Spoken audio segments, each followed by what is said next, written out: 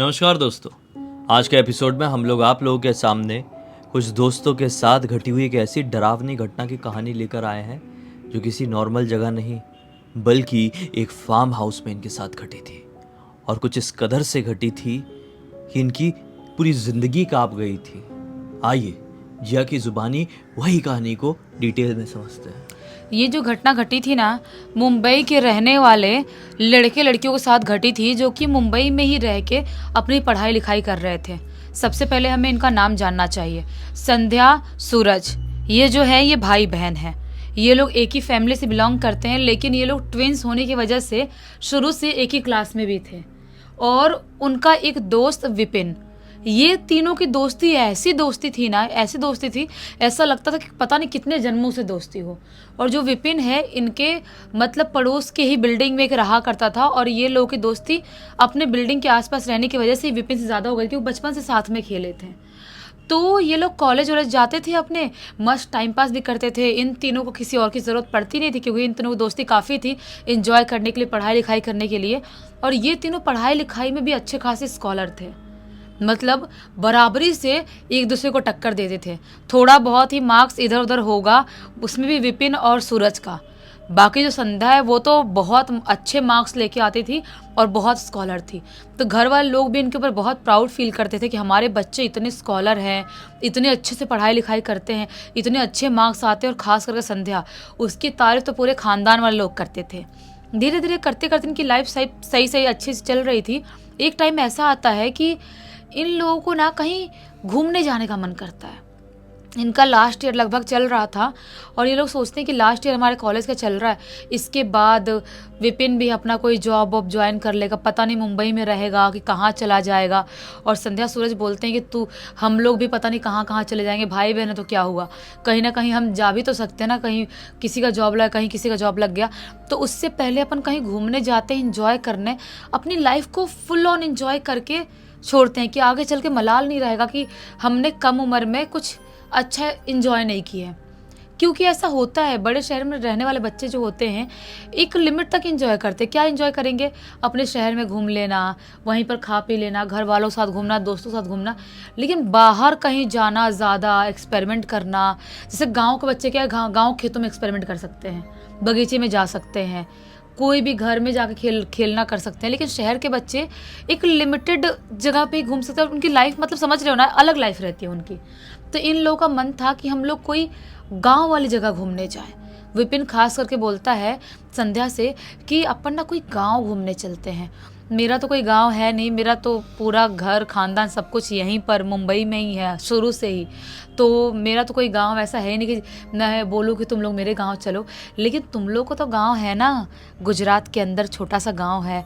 तो क्या तुम लोग ले चलोगे मुझे अपने गांव? चले क्या तुम्हारे गांव? तो संध्या बोलते है और सूरज भी बोलता है, हमारा गांव है वो तो ठीक है भाई, वो पता है, लेकिन हमारे गांव में कोई रहता नहीं है। मतलब हमारे खानदान का कोई हमारे गांव में रहता नहीं है। दादा दादी भी यहीं हमेशा से रहे हमारे साथ। हमारा घर है हमारे गांव में, लेकिन वो घर बंद ही रहता है क्योंकि हम कभी रहने वहाँ गए नहीं। हमारा घर, जो भी हमारे थोड़े बहुत खेत है, वो भी ऐसे ही उस पे लीज पे दिए हुए हैं, ऐसे ही छोड़ दिए हैं कि मतलब फसलें उगाएंगे, जो थोड़े बहुत पैसे होंगे वो दे देंगे। तो मतलब ऐसा कुछ हमारा है नहीं वहाँ पर, तो कहाँ रहेंगे, क्या करेंगे? तो विपिन बोलता है, यार तभी तो मज़ा आएगा, तुम्हारा घर तो है ना, इससे बड़ी बात और क्या हो सकती है? जो तुम्हारा घर है उस घर में अपन रुकेंगे और गांव घूमेंगे, तुम्हारे खेत है, सबसे ज़्यादा सोचने वाली बात ये, खेत घूमेंगे। और मैं ना अपना कैमरा लेके चलूँगा, मस्त मस्त वहाँ के शूट करके वहाँ की मेमोरी लेके आएंगे। पूरी लाइफ अपने लिए ये काफ़ी रहेगा। अपन दूर भी होते हैं तीनों, तो अब ये लोग इमोशनल हो जाते हैं। संध्या और सूरज सोचते हैं कि सही बोल रहा है, वैसे हम तीनों बचपन से साथ में रहे हैं, पढ़ाई लिखाई भी साथ में की है, और क्या पता किसकी जॉब कहाँ लगे, कैसे दूर हो जाए। वैसे भी फिर पढ़ाई लिखाई ख़त्म होने के बाद डेली मिलना जुलना कहाँ ही हो पाता है। तो संध्या जो है वो सोचती है कि मैं घर वालों से बात करती हूँ। सूरज बोलता है तू बात करेगी तभी घर वाले मानेंगे, मुझे तो वैसे भी तुझसे कम ही प्यार करते हैं, तो तू बोलेगी तो मानेंगे, नहीं तो मेरी बात नहीं सुनेंगे। तो संध्या अपने मम्मी पापा से बोलती है कि हम लोग ना तीनों गाँव घूमने जाना चाहते हैं, गाँव के पास के जो शहर है वहाँ पर कोई होटल रूम ले लेंगे, आप बोलोगे तो, नहीं तो अपने घर में रह लेंगे, खाना बाहर से ला लिया करेंगे और थोड़ा बहुत साफ़ सफाई करके हम अपने 2 रूम की सफाई कर लेंगे और वहाँ पे रह लेंगे। कुछ दिन हमको गांव घूमना है, बहुत मन कर रहा है, गांव की लाइफ, थोड़ा नेचर, वो सब चीज़ें महसूस करना है। तो इसके घर वाले तो पहले मना करते हैं, इन दोनों घर वाले, संध्या और सूरज बोलते हैं कि नहीं नहीं, ऐसे कैसे गांव जाओगे तुम लोग, कैसे वहाँ रहोगे, क्या करोगे, हमें समझ में नहीं आ रहा है। लेकिन थक हार के जब ये लोग बहुत रिक्वेस्ट करते हैं, जो अपना विपिन है वो भी बोलता है, तब मान जाते हैं। बोलते हैं ठीक है जाओ, लेकिन देख लेना अगर बहुत ज़्यादा कचरा होगा घर में, अगर रहने लायक नहीं होगा तो कोई थोड़ा पास के शहर में होटल रूम लेके रह लेना, या आसपास बोलोगे तो पड़ोसियों से बात कर लेंगे, उनके घर पे स्टे कर सकते हो, उनसे पहचान है अपनी अच्छी खासी। ये बोलते नहीं नहीं, आप लोग पड़ोसियों को मत परेशान करो, हम लोग रह लेंगे, आप टेंशन मत लो, हम लोग मैच्योर हो गए हैं, बड़े हो गए, हमारा कॉलेज भी ख़त्म होने वाला है, अभी कुछ टाइम में जॉब वॉब लग जाएगी तो हम जॉब करने लगेंगे, बुद्धू बच्चे थोड़ी हैं हम लोग, हम चले जाएंगे, कोई टेंशन नहीं है। अब इनकी धड़ल्ले से मस्त पैकिंग वैकिंग चालू हो जाती है, एकदम खुशी खुशी पैकिंग वैकिंग सब हो गई है, गांव के हिसाब से कपड़े उपड़े सब ले लिए हैं। ये थोड़ा थोड़ा ना ठंड वाला टाइम था, थोड़े मोटे कपड़े रख लिए और विपिन ने अपना कैमरा रख लिया, उसको फ़ोटो शूट करना, वीडियो बनाना, ये सब करना बहुत ज़्यादा पसंद था, मेमोरी के लिए, उसको हर चीज़ की मेमोरी चाहिए होती थी, कुछ इस टाइप का लड़का था वो। ये लोग फाइनली जो दिन डिसाइड किए थे उस दिन में, मतलब शाम के टाइम में ये लोग ट्रेन पकड़ते हैं और ट्रेन पकड़ के दूसरे दिन लगभग दोपहर के टाइम तक ये लोग संध्या के जो गांव है वहाँ पहुँच जाते हैं। उसके गांव पहुंचते हैं, उसके बाद जो घर का पता था उसके बारे में पता लगाए थे, वहाँ जाते हैं, अपना घर देखते हैं, सारी चीज़ें, घर की हालत तो लिटरली बहुत ही ज़्यादा ख़राब थी, बाहर तक घास फूस ऐसे उग गए थे, बड़े बड़े पौधे लग गए थे। थोड़ा बहुत आसपास में पड़ोसों से बात करते हैं, बोलते थोड़ा बहुत हल्का फुल्का साफ़ करवाना है, कोई मिल जाएगा क्या, उसको हम पैसे दे देंगे। पड़ोस वाले बोलते हैं कि हाँ हाँ 1-2 लोग हैं पहचान के, वो कर देंगे। उनसे बुलवाया जाता है और बाहर का एरिया थोड़ा बहुत साफ़ करवाते हैं, अंदर 2 रूम साफ़ करवाते हैं और उसके बाद जो इनकी अलमारी जो गाँव की थी, किस ज़माने में रखा हुआ कंबल वम्बल, उससे निकालते हैं और चद्दर वद्दर बिछाते हैं और सोचते हैं कि जो बाहर से खाना लाए हैं वही खा के आज रिलैक्स करते हैं, दूसरे दिन घूमना होगा तो घूमेंगे, ऐसा सोचते हैं। मस्त खा पी लिए, लगभग शाम के 4-5 बजे तक पूरी तरह से अपने घर में घूम लिए, गांव के आसपास के खेत में घूम लिए, सब कुछ करके 6-7 बजे तक पूरी तरह से फ्री हो जाते हैं। फ्री होने के बाद अब इनको थकान इतनी ज़्यादा हो गई थी कि संध्या बोलती है काम करते हैं, अपन सोने चलते हैं। तो बोलता है विपिन की सोने क्यों यार, तुझे थकान लग रही है क्या ज़्यादा? संध्या बोलती है हाँ यार थकान थोड़ी लग रही है, समझ में नहीं आ रहा, चल जाते हैं सोने, अब कल के दिन और घूम लेंगे, अपन वैसे भी कुछ दिन रहने तो आए ही हैं। ये बोलते हैं कि ठीक है चलो फिर चलते हैं। ये लोग घर पे जाते हैं और आराम से जो साफ़ करवाए थे घर वहाँ पे सो जाते हैं। रात में थोड़ा सा अनकंफर्टेबल लग रहा था, बाहर से कीड़ों की आवाज़ आना, मच्छरों की आवाज़, सब कुछ थोड़ा अलग तो था, क्योंकि ये थे बिल्कुल शहर के, मुंबई के रहने वाले लड़के लड़कियां, और वहाँ गए हैं गांव में, तो गांव की शांति कैसे होती है, शहर वाले जाएंगे तो उनका सर फटने लगेगा कई बार, क्योंकि बहुत ज़्यादा शांति होती है। इनका गांव तो एकदम ही छोटा सा गांव था, ज़्यादा इंसानों की आवाज़ नहीं आ रही है, और रात के 10-11 बजे तो ऐसा सन्नाटा फैल गया है जैसे इस पूरे गाँव में कोई रहता ही ना हो। दूर से थोड़े बहुत कुत्तों की आवाज़ आ रही तो आ रही है भौंकने की, बाकी पूरा सन्नाटा। ये लोग थक इतने गए थे कि सो जाते हैं, आंख लग जाती है और सुबह के टाइम में उठते हैं। सुबह के टाइम उठते हैं, जो रेडीमेड अपना नाश्ता वास्ता जो रखे थोड़ी बहुत चीज़ें, वो ब्रश वश करते हैं, ब्रश करके खाते वाते हैं और सोचते हैं कि दोपहर में पास के शहर में जाके कुछ खा वा के आते हैं। ऐसा ही करते हैं, पास के शहर में जाते हैं, लंच करते हैं और शाम के लिए भी कुछ सूखा टाइप का पैक करवा के घर पे लेके आ जाते हैं। और अब वापस से गांव घूमने के लिए निकल जाते हैं। गांव घूमने के लिए निकलते हैं, आस पड़ोस के लोगों से थोड़ी बहुत पहचान हो गई थी, पहले दिन आए थे तो। उन्हीं में एक लड़का उनको मिलता है, गांव वालों में से, बोलता है कि मैं तुम लोग गांव घुमाता हूँ ना अच्छे से, मुझे सब पता है, मैं डेली गांव में घूमता हूँ, हमारे सारे दोस्त लोग घूमते हैं। ये लोग खुश हो जाते हैं कि चलो अच्छा है, गाँव का लड़का घुमा रहा है। तो इन लोगों को मस्त लड़का घुमाना चालू करता है, पूरा गांव घुमाया घुमाया घुमाया।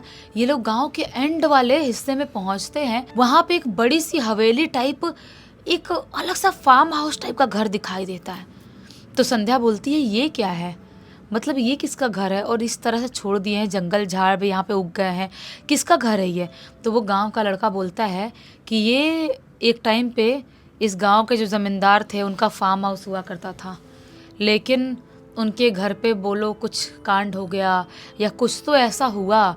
एक उनके घर पे काम करने वाला किसान था जो उनके खेतों में काम करता था, वो अचानक से उनके घर के आंगन में ऐसे ख़त्म हुआ मिला।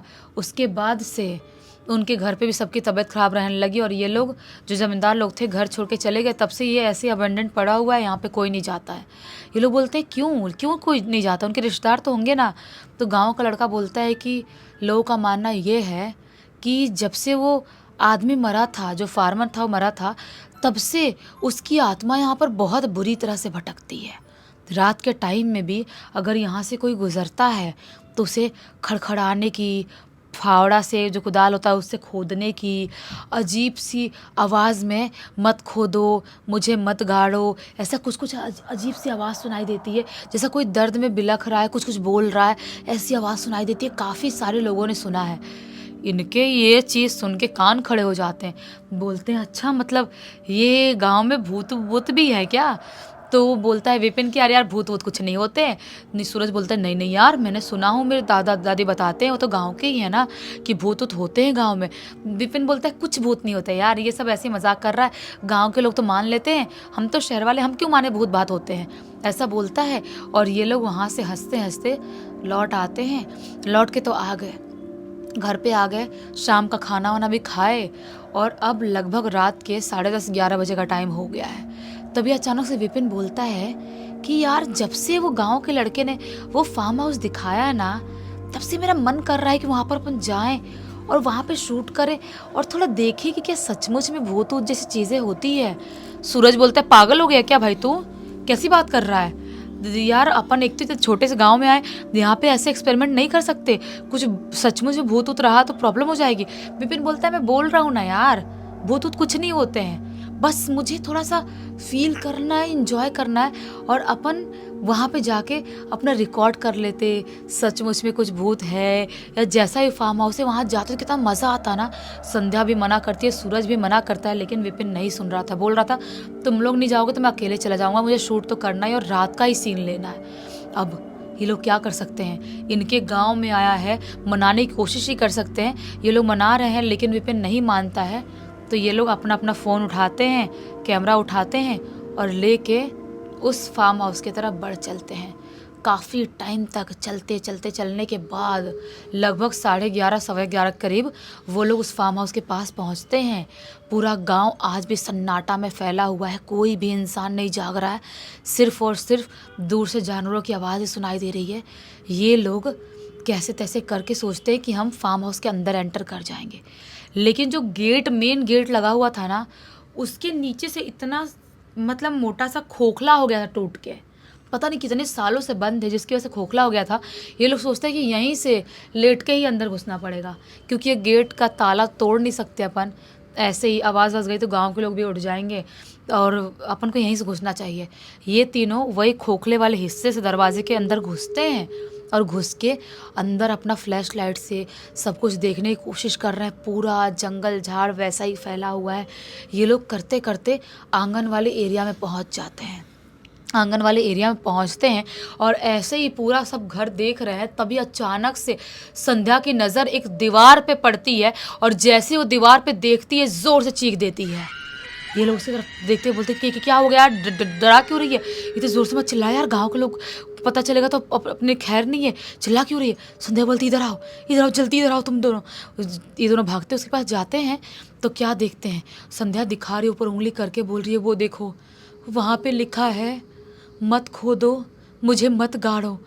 मतलब गांव के लोग सही बोलते हैं, झूठ नहीं बोल रहे हैं, कोई तो है यहाँ पे, कुछ तो है, तभी ऐसा कुछ लिखा है, कोई इंसान क्यों लिखेगा। विपिन बोलता है क्यों नहीं लिख सकता यार, जानबूझ के लोग प्रैंक करने के लिए लिख भी तो देते हैं ना, ये कोई ना आए। तभी अचानक से जहाँ पे ये खड़े थे ना, उसके सामने की ज़मीन अजीब सी वाइब्रेट होने लगती है। आंगन है वो और आंगन की ज़मीन ऐसे ऐसे ऐसे करके वाइब्रेट होने लगती है। ये जब ज़मीन वाइब्रेट हो रही है, अचानक से संध्या और सूरज दोनों घबरा जाते, बोलते हैं विपिन भागना पड़ेगा, यहाँ पर कुछ ना कुछ गड़बड़ है। बोलता है विपिन कि नहीं, कुछ गड़बड़ नहीं है, हो सकता है कि कोई चूहा हुआ होगा, उसका बिल होगा, इसकी वजह से अंदर घुस रहा होगा, तो ऐसे महसूस हो रहा होगा। लेकिन तभी अचानक से ज़मीन के अंदर कोई भारी कदमों से चल रहा है, ऐसी ठक ठक ठक करके आवाज़ सुनाई देती है। ये जो विपिन है वो भागते हुए जाता है पीछे साइड कहीं, और पता नहीं कहाँ से उसको फावड़ा मिलता है, फावड़े से वहाँ पे खुदाई करना चालू कर देता है। संध्या और इसको सूरज रोकने की कोशिश करे, मत खोद मत खोद, वहाँ पे लिखा था नहीं खोदना है। पता नहीं उसकी आंखों में क्या खून सवार है, वो खोदना चालू कर दिया। विपिन खोद रहा है खोद रहा है खोद रहा है, खोदते खोदते अचानक से उस मिट्टी के अंदर से एक हाथ का टुकड़ा निकलता है, और वो ऐसे ऐसे ऐसे वाइब्रेट हो रहा है। जैसे ये देखते हैं इनकी चीख निकल जाती है, क्योंकि ये विश्वास करने लायक नहीं है। जो विपिन है वो भी घबराता घबरा पीछे हटता है, और जैसे ही पीछे हटता है उसकी पता नहीं क्या शरीर में झटका सा लगता है, और उसकी आंख पूरी सफ़ेद हो जाती है, और ज़ोर ज़ोर से ऐसे ऐसे कांपने लगता है, और जो हाथ है वो उछलते उछलते वापस से ज़मीन के अंदर गिर जाता है। ये जो थे ना भागने की कोशिश कर रहे, लेकिन कैसे, विपिन को छोड़ के तो भाग नहीं सकते, क्या जवाब देंगे अपने, जाएंगे मुंबई तो उसके घर वालों को, उनका बेस्ट फ्रेंड है, कैसे उसको छोड़ेंगे। तभी अचानक से पता नहीं कहाँ से ऐसी आवाज़ सुनाई देने लगती है, मुझे मत मारो, मुझे मत गाड़ो, मुझे छोड़ दो, मैंने क्या किया है तुम्हारा। ऐसा कोई इंसान बिलख बिलख के चिल्ला चिल्ला के बोल रहा है, ऐसी आवाज़ सुनाई दे रही है, और धरती अभी भी अजीब सी वाइब्रेट हो रही है, लेकिन दिखाई कोई नहीं दे रहा है। लेकिन डरने के लिए इतना ही काफ़ी है।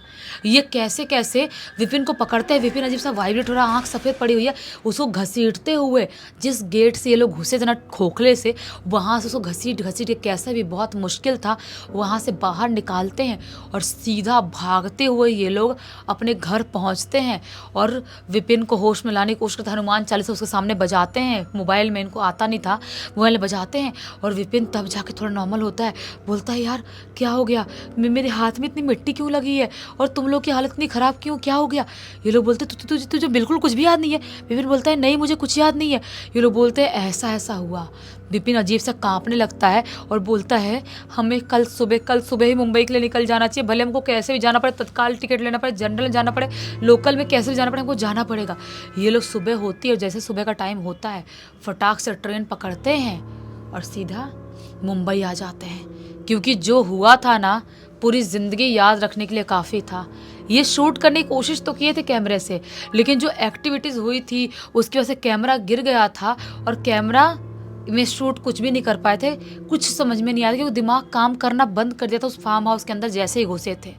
लेकिन आज भी उस रात को कहीं से भूल नहीं पाया तीनों में से कोई भी। इन लोगों के हाथ में ना अगर ट्रिपल प्रोटेक्शन ब्रेसलेट रहता, हाँ। मैं सच बता रहा हूँ कि ऐसी चीज़ें इनके आसपास भी उस समय मंडरा नहीं सकती और ये वीडियो भी रिकॉर्ड करके आ गए होते। हाँ, सचमुच में कुछ कुछ चीज़ें ऐसी होती है जिनके अंदर ऐसी पावर्स होती है। खैर इस घटना की जानकारी किसके थ्रू मिली? इस पूरी घटना की जानकारी खुद ब खुद विपिन ने लिख के भेजा है। चलो अच्छा हुआ, एक बहुत अच्छी सीख मिली और मनोरंजन भी। तो अब तक इस वीडियो को देख लिए थे तो लाइक ज़रूर कर देना, चैनल को सब्सक्राइब करके बेल आइकन दबा के ऑल के ऑप्शन में क्लिक करना, और इंस्टाग्राम के साथ साथ ट्रिपल प्रोटेक्शन ब्रेसलेट की लिंक भी वीडियो के डिस्क्रिप्शन बॉक्स में डाल दे रहे हैं, जुड़ जाना, ख़रीद लेना। और बस आपके पास भी ऐसी कोई कहानी हो तो लिख भेजना, हो सकता है हमारा अगला वीडियो कल आपके हिसाब से ही बन रहा हो। तो चलिए कल फिर से मिलते, तब तक के लिए बहुत बहुत धन्यवाद। आपका दिन शुभ हो।